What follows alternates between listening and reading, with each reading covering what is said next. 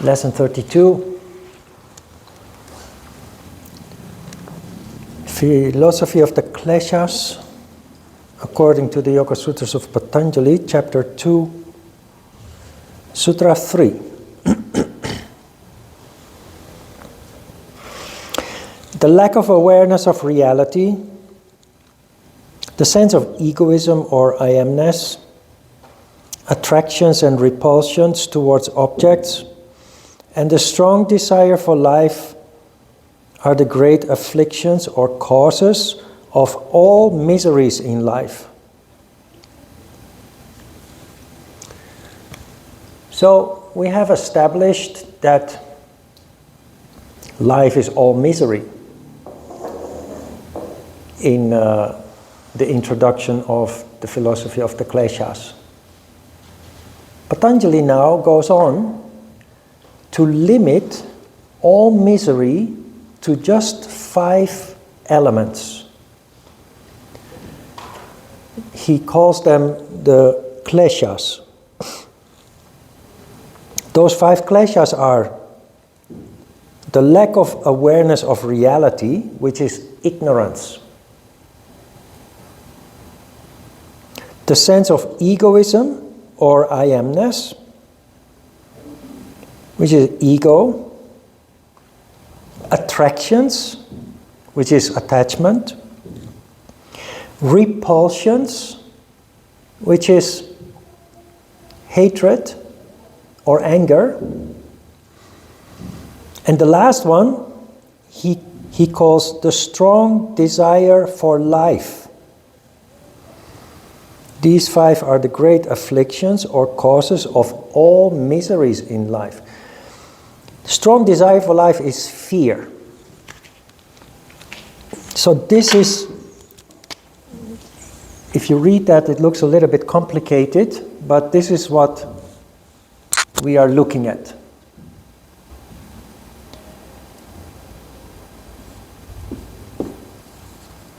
Five Kleshas.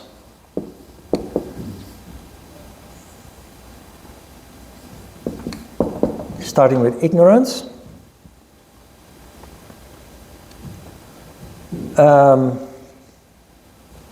Ego, I think, the second. Huh?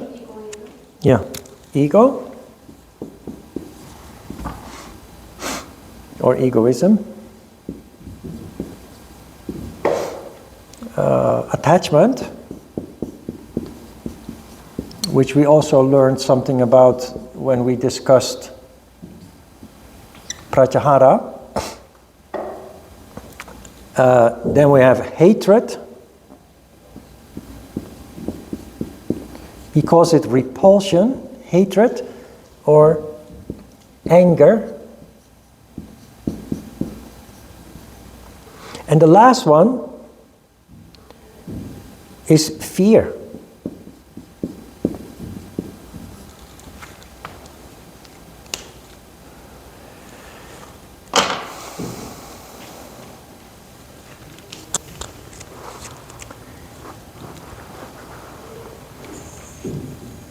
This is all instinctive behavior, and it is all subconscious in the way that we function. And as long as it's subconscious, it controls our life. That is why we are suffering misery. Also, what you see is that most people, almost everybody, is stuck in the last stage of this process, fear. That is why, if you look at adults especially, almost all adults are stuck. They're stuck in their work, stuck in their relation, they're stuck in family, they're stuck in everything. They are afraid to change. They want to change. They feel life is very boring and stuck, and they have dreams, they have wishes, but they don't have the courage to pursue them because they're stuck in fear. And fear is the last station very sad. If you look at young people, children, they're very dynamic. Teenagers too. Until we are supposed to be adult, usually after graduation. But until then,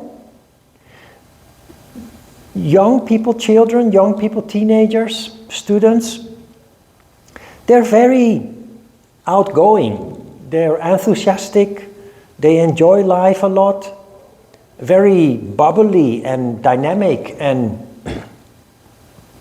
not scared really, mostly. Always looking for adventures and new things, and because there's a lot of energy in children and young people.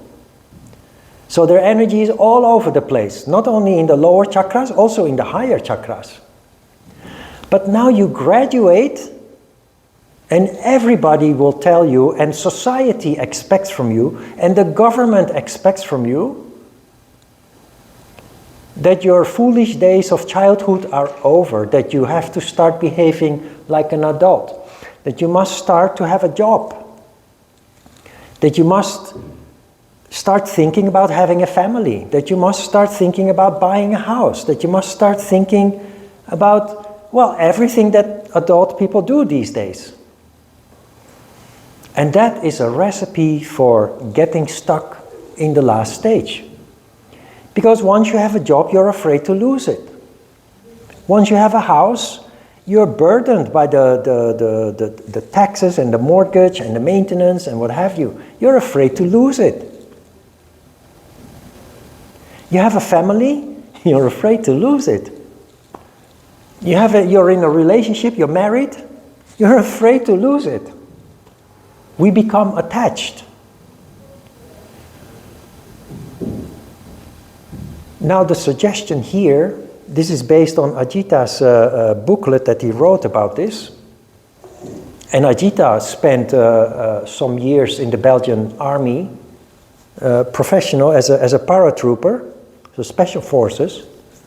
So a lot of his teachings were about, with examples being in the army. But he used an excellent example here that can give us some idea how to deal with fear. And it is the example of the bully sergeant. And there are many movies about the bully sergeant. And the story is always the same. There is a military camp that trains and prepares teenage boys that come from all different sides of society to become professional soldiers. And they arrive with buses, all with different haircuts, with different clothes, with different attitudes. Some are very naughty, saucy, rude, big mouth.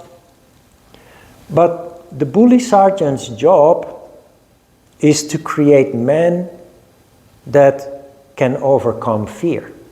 Just try to imagine young people, they think they can conquer the world. But something different, it is something different when you are in a real war and bombs explode and left and right your comrades are dying. It's horrible. The bully sergeant's task is to strip you of your ego and your attachments. So you get a haircut. Everybody same haircut. You have to take off your individual clothes and wear a uniform. That is to oppress you, to make you get rid of your ego, not oppress, to get rid of ego, your individuality, so that they can work on the core. And the bully sergeant is a bully sergeant because he bullies people. And we think, oh, that man is a bad man. Why is he so rude? Why is he so nasty? Why does he humiliate the recruits? But there is a real constructive reason for that, a purpose, because it is the way to deal with fear. Maybe you remember yourself in your own life that there was something that you really wanted to do, but fear paralyzed you. It's a situation that many people find themselves in, and they will never do it. They want it, but fear paralyzes them, and they will never be able to do it. Until somebody tells you, you are stupid, you idiot. If you want to do it, then just do it. And if you don't, well, then just, wash the dishes or something. What happens when somebody says something like that to you? You get angry. Angry comes before fear. So how do you deal with fear? With the klesha that comes before it. Out of anger, you overrule your fear, and you will be able to do what you so wish to do but are afraid to do. It is the anger that enables you to overcome the fear. That is what the bully sergeant does. Those men have to become professional soldiers who do not run away when the bombs start to explode and the bullets start to fly and the comrades start to die left and right. Because you cannot win a war if the men cannot control their fear. So the bully sergeant trains the men, and whenever they show fear in the exercises, he doesn't pat them on the shoulder and say, oh, come on, it's okay, and you're a nice fellow. No, he deliberately tries to make them angry, pissing them off, so that you put your foot down and you say, what? What did you say? Okay, I will show you something. Because that is what you do. Your anger overrules the fear, and you'll be able to do what otherwise you would not be able to do out of fear. And this is something, if you know how this works, you can apply this to yourself.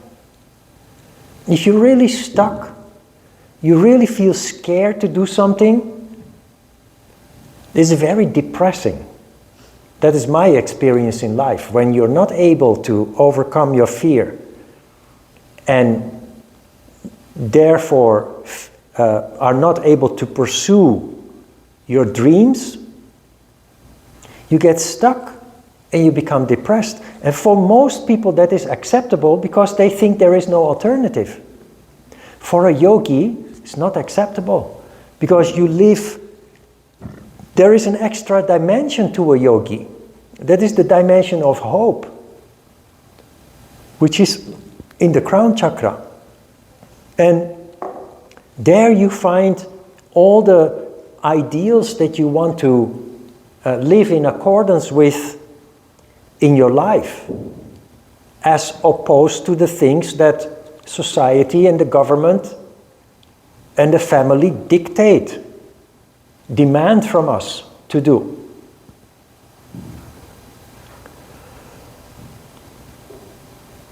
When you get stuck, you consciously remind yourself that you can do better. And like the bully sergeant, you try to invoke a sense of anger in you,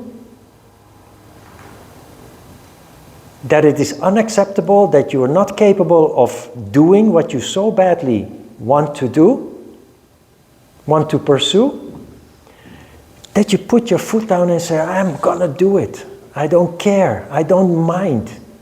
I can handle it. So you develop a new quality that many people are lacking. And it will enable you to give your life a direction that other people are incapable of following.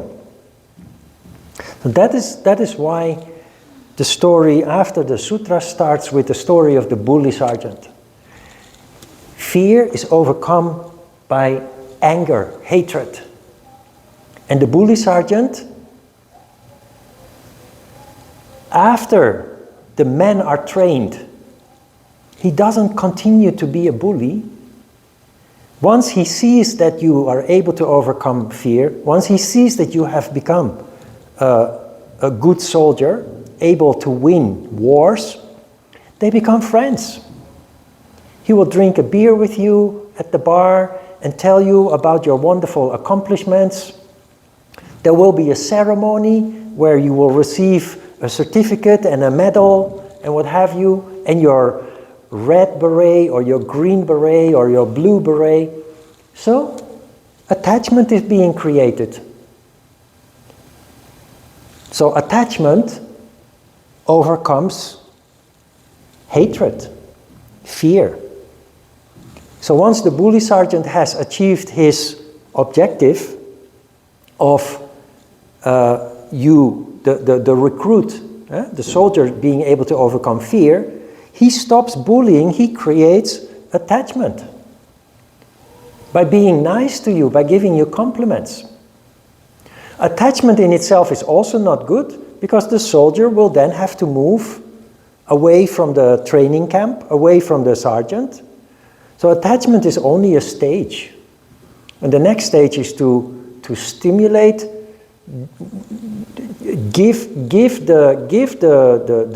it works like this in civilian life too. When you go to school, most students hate school. But teachers can be nice and help you through your difficult studies and what have you. But at the end of every accomplishment, there is a reward. There is a certificate, there is a medal, there is some kind of reward. That is to stimulate ego. And then you go out into the world, or you go out to the battlefield as a soldier, and you start employing everything that you have learned, either in school or in the army training camp. So we have to go to the next sutra to get to what I want to tell you next. There's Sutra 4 that says, avidya, which is ignorance, is the source of those that are mentioned after it, whether they are in the dormant, attenuated, alternating, or expanded condition. So you see that the first paragraph says that in the Dutch version of the Yoga Sutras of Patanjali, this sutra describes avidya as ignorance about reality. Ignorance. Ignorance is lack of... Ignorance is a Greek word or a Latin word that literally says not knowing. And most people are in a condition of ignorance. As a result of ignorance, we end up being controlled by ego. So many people end up in situations because of ego. They can't help it because they don't know why they are doing what they are doing. They don't understand why they get emotional. They just get emotional. They just do what they do because that is their instinct. And they are not conscious of it. They're not aware of it. That is ignorance. So ignorance about the reality leads to the next klesha. So the fundamental klesha is ignorance that everybody initially is suffering from. One of the goals of yoga is to help us become aware of ignorance, so that we are not knowing anymore. We develop insight and consciousness. Now, if you understand, the Patanjali says, ignorance is the cause of all that come after it. Every klesha that comes after ignorance results from ignorance. So if you understand that, then you understand that the whole system of yoga, many people think it's about dieting or just spirituality because spirituality is interesting. No, the very practical application of yoga is that it leads to the destruction of ignorance. As a result, it leads to insight in every aspect of life that causes misery, that leads to suffering. And as a result, life becomes much more free from misery. We become much happier. Sense of well-being as a result occurs.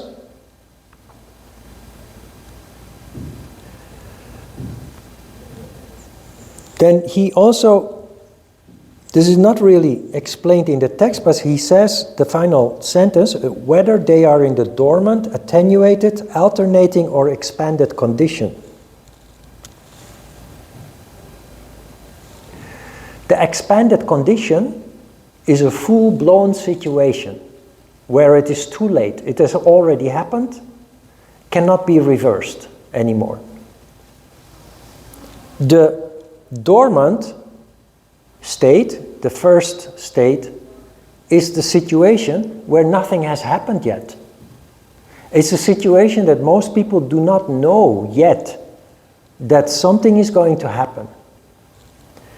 So according to this insight, everything goes through a process. First, there is only a seed, but it's just a seed, it's dormant.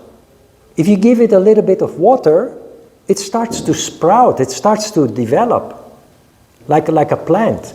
A situation, social situations that human beings go through, they start like a seed. It's just a seed, nothing has happened yet, it's dormant.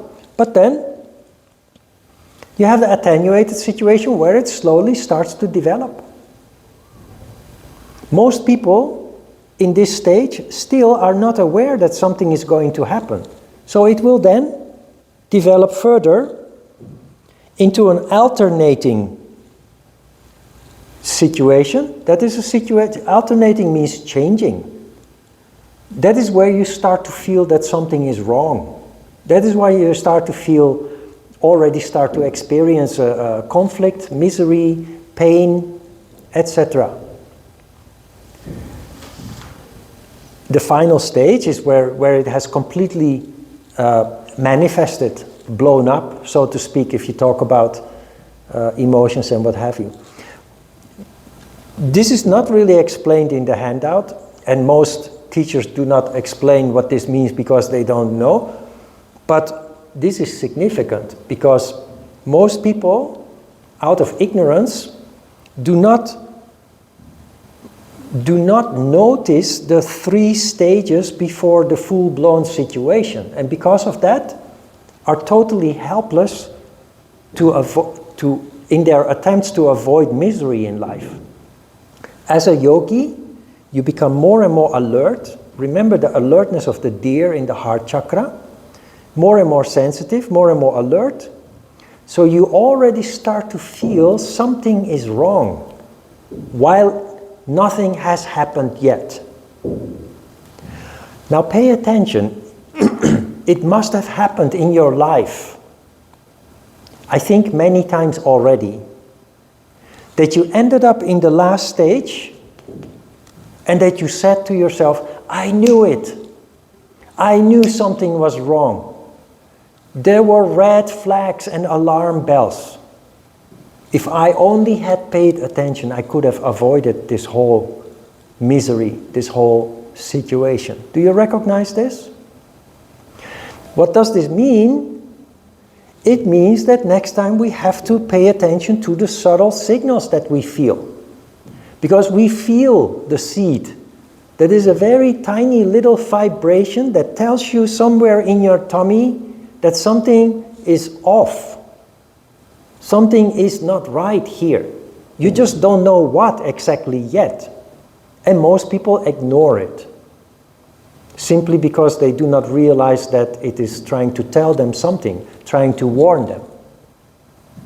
So the sooner you can detect misery from occurring, the more skillful you become at completely avoiding it. So pay attention.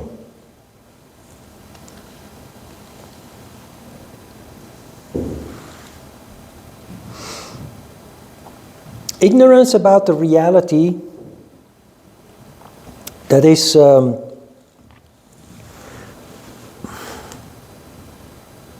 example that I used here is Jesus Christ hanging on the cross, being killed by Roman soldiers, and praying to God, praying to his Father, please forgive them, because they don't know what they are doing. According to the Bible, that's what he said. Father, please forgive them because they don't know what they are doing, which means they are ignorant. Jesus Christ realized their ignorance, so he couldn't feel bad. He couldn't feel angry at them. He knew that what they were doing, they were doing that out of ignorance. They didn't know they were going to harm somebody, kill somebody. And I told you about the situation in the subway somewhere at the beginning of the course, being pushed out of the way when I was trying to get to my seat, to a free seat that I saw. It's the same kind of situation. Out of ignorance, I would have gotten angry. I would have maybe fought with the poor lady. But I realized why she was doing this. It was her ignorance that made her do that. And it took away my anger. On the contrary, it made me compassionate, because I understood the misery that had led to that kind of behavior, and I felt sorry for her having to live through the Korean War, the famine, and all the struggles that Korean people went through at that time.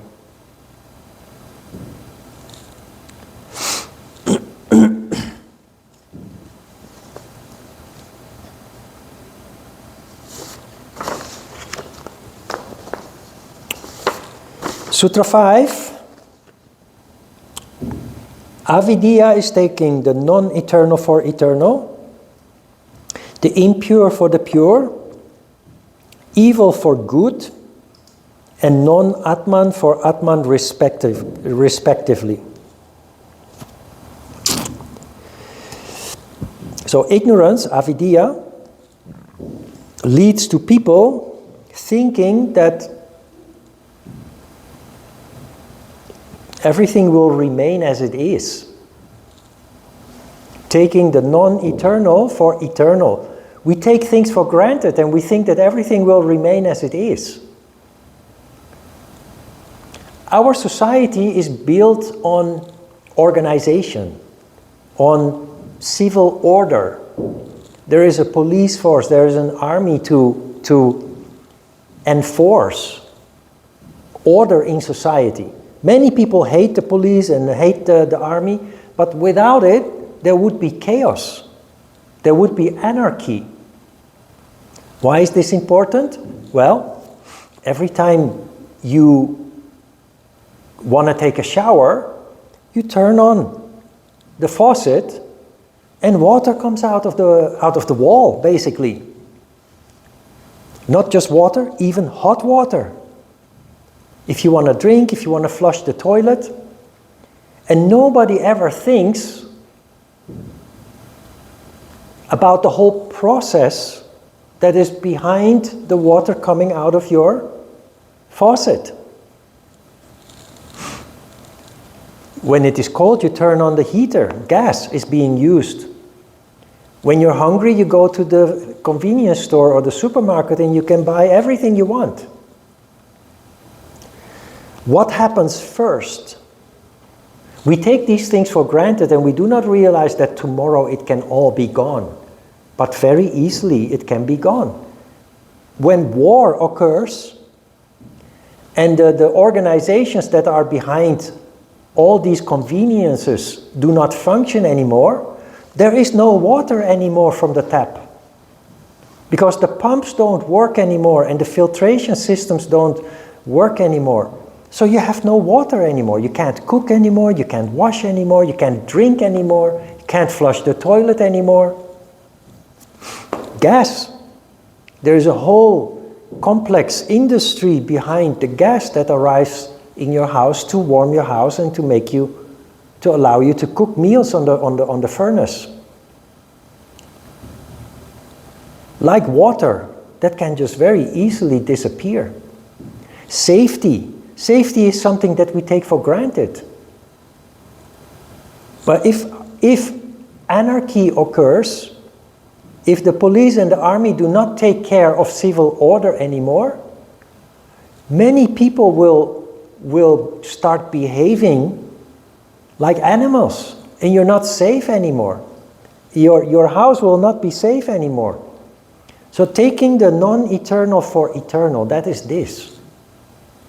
Thinking that everything as it is today, it will be like that 10 years from now, and 50 years from now, and 100 years from now. Truth is that is not the case.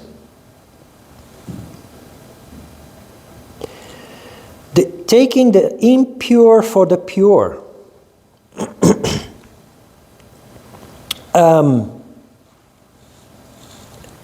There are so many examples, but it's a little bit personal, and you might feel offended, but many people admire Elon Musk, Twitter, and all Tesla and all the things that he's doing.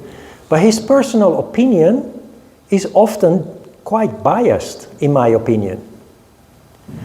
But people who admire Elon Musk, they don't question what he's saying. They think what he is saying is pure. While if you're at least a bit sensitive and conscious, you know that what he is saying is very divisive, often it is not even based on facts, based on truth. And because he has such a huge influence, it affects many people in a negative way. Taking the impure for pure. Same with Trump. Half of the American people voted for Trump because out of ignorance, they do not see that actually what he's doing is not pure at all. It's pure self-interest. He only cares about himself and his family getting rich. He doesn't care about America. He doesn't care about the people, the population, their health care. He doesn't care at all. But those people, they just fail to see that what he presents as pure motive simply isn't very pure. Now, these are very extreme examples of people who stand out a lot, but you will see around you, in the workplace, at home, in society, there are many people who are actually acting in impure ways, but then act like they are very innocent because their intention is good. Well, actually, it is not. So the first of the Kleshas, ignorance, is leading to all this deception. Taking the evil for good. Look, current situation, and this really worries me. There is a conflict in the Middle East between Israel and a terrorist organization, Hamas. How did it start? There is a long history of many people do not know the facts. So they accuse Israel of being an occupier of Palestinian land. But to keep it simple, I know the history and I know what happened and I know how we got here. Most people don't. And they are sympathizing with a terrorist organization who not only killed, raped women, babies. They put babies in oven and turn on the gas. Horrible. Israel had to react. And they reacted. Now everybody is against Israel. Every capital in the world, people are carrying Palestinian flags and they are protesting against Israel. That is taking evil for good. They think Hamas is good. They are evil. They have no laws. They have no conscience. Then people say, yes, but people died because of Israel. But Israel is reacting to the evil acts from Hamas. So ultimately, Hamas is responsible for Palestinian people dying. But because of emotion, you cannot reason with these people. And it's very dangerous. They want to kill you if you say that Hamas is evil and Israel is trying to do good. Taking the evil for good. Hitler. Hitler was a very popular politician before he started killing 6 million Jews and millions of other people in Europe. People admired him, worshipped him, like people are admiring Trump and worshipping Trump. But then it ended up. Some people felt what was going wrong, but they were ignored. There were people ringing the bell saying something evil is going to happen, but they were ignored because the majority of the people, the masses of the people, believed that Hitler was a good man who was standing up for their interests. And he ended up committing one of the worst humanitarian or war crimes, atrocities in the history of mankind.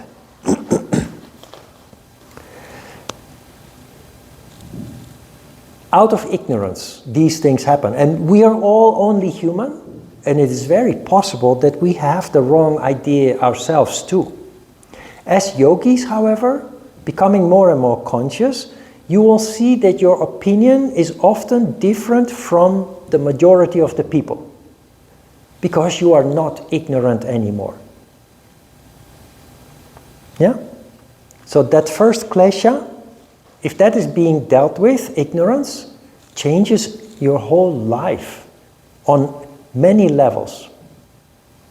Not only in the way that you see the world, that you see other people, the essence of people, the truth, but also as a result of all this, reducing misery and suffering considerably. Taking non-Atman for Atman. Atman is the soul. How do you explain this?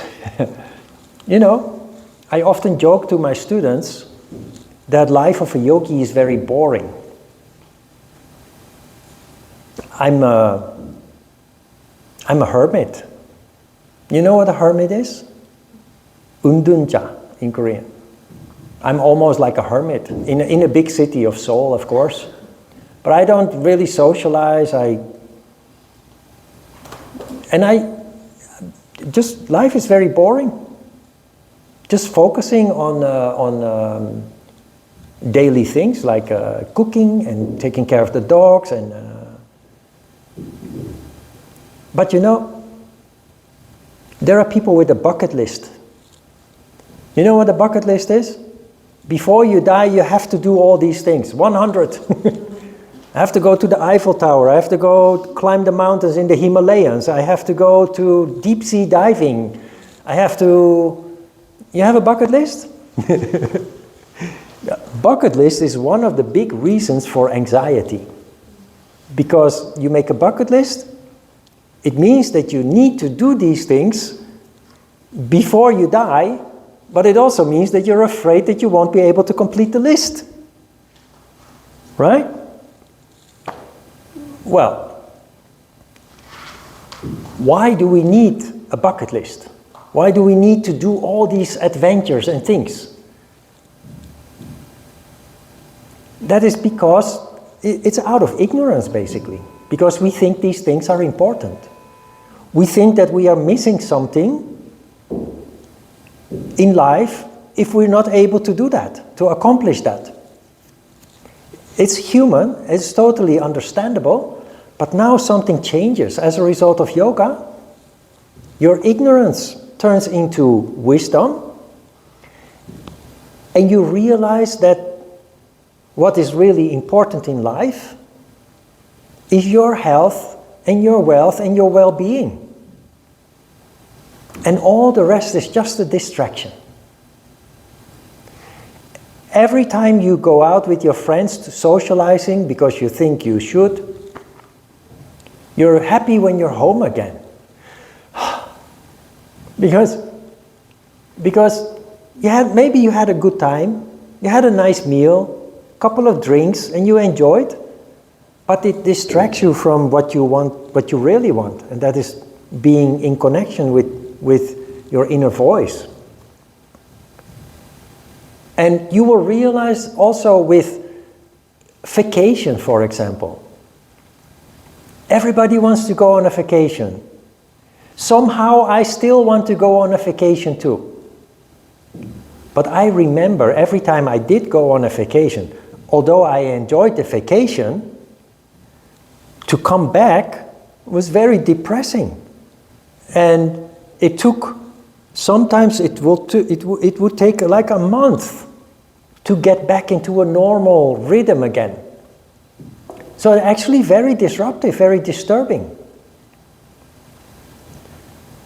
Of course, you think that is the price worth paying for that, but as a yogi, being more and more sensitive and conscious, you think, why would I do that? Just let me be in peace. And that is why most yogis become rather boring. But I say that with a smile, because it's not a bad thing. Life just becomes simpler as a result.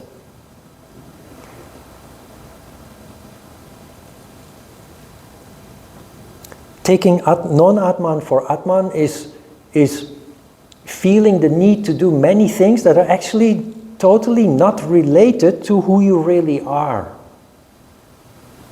If you can strip all that from your life, what remains is the essence of you. That's what really matters.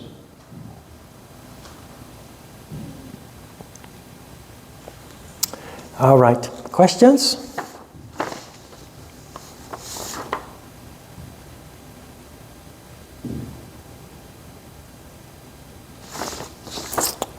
Let's have a short break.